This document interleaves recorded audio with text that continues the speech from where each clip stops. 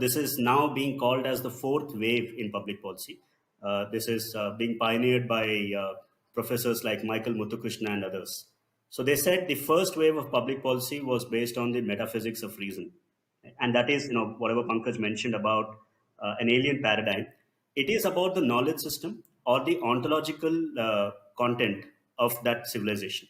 If you look at the Western civilization, and of course, there's been a tremendous amount of material growth, and we should respect that, and we should also be very, very keen in participating wherever we can. But we should recognize that the fundamental metaphysics is different. There is a metaphysics of reason that guides the Western pursuit. That is because their privilege, and that has emerged as a conflict between the faith that was imposed from above and the reason that emerged from the culture at that time. So within their worldview, that is an extremely moral paradigm. uh, you know, Maybe there is not enough self-reflection to think about how that led to colonization, how that led to more technology-induced war and the strife that wars ensue. But fundamentally, the story is that reason is the main arbiter. We are all capable of being rational human beings, and therefore, public policy is about how do we use reason as the fundamental conduit. In our culture, reason is given its importance, but it is never made supreme because there is also a role for intuition, and reason is a function of the mind.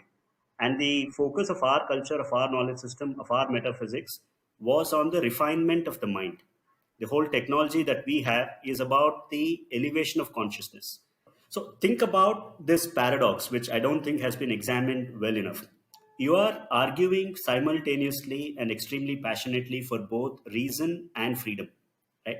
And the freedom that you're talking about is not the freedom from that Pankaj spoke of. It is the freedom to. It is the freedom to consume. It is the freedom to engage. It is the freedom to indulge.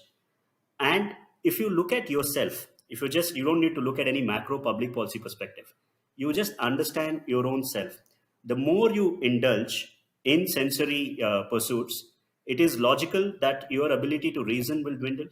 I cannot be the same sane person under the drug influence or if I'm drunk. Right?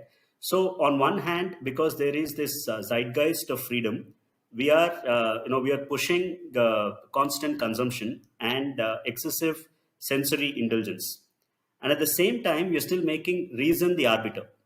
So how are we simultaneously able to argue for unfettered freedom and reason as the sole arbiter? And this is a challenge that the Western policymaking has come to recognize. In fact, reason itself has been appended by the second wave, what Michael Muthukrishnaji calls as the second wave, which was the behavioral economics. We all understand the evolution there, which said that we are not really that rational. There is a lot of subconscious dominance in the decision making. If you look at literature in psychology, particularly Jonathan Haidt and others, the metaphor of elephant and the rider comes to the mind. Right? That it is your emotional and psychological content more than your ability to reason that dominates the choice making. And the third wave in that, which was linked to behavioral economics, but also complemented by developments in science, was the neurosciences worldview, which is examining the chemical and the neural process that we have to understand how decisions are made, how choices are made by human societies and human beings. That is the frontier that they had. The fourth level, because even that was not enough, we were still not able to explain sufficiently what is the basis for public choice.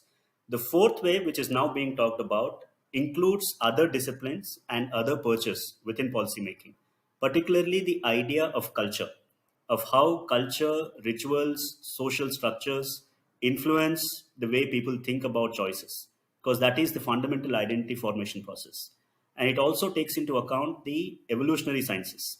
So they're talking about dual inheritance. So this is called the fourth wave of public policy, where increasingly policy makers are now being asked to look at cultural aspects. In fact, IDR has recently released an example of how a village in Bihar, and I've seen this personally myself in Chhattisgarh and other places, where if you anchor your policy pitch in a cultural language, if you're able to talk to people in the in the terms that they use and with the meanings that they ascribe to those terms, you are far likely to get traction than by talking about development and progress in a vacuum.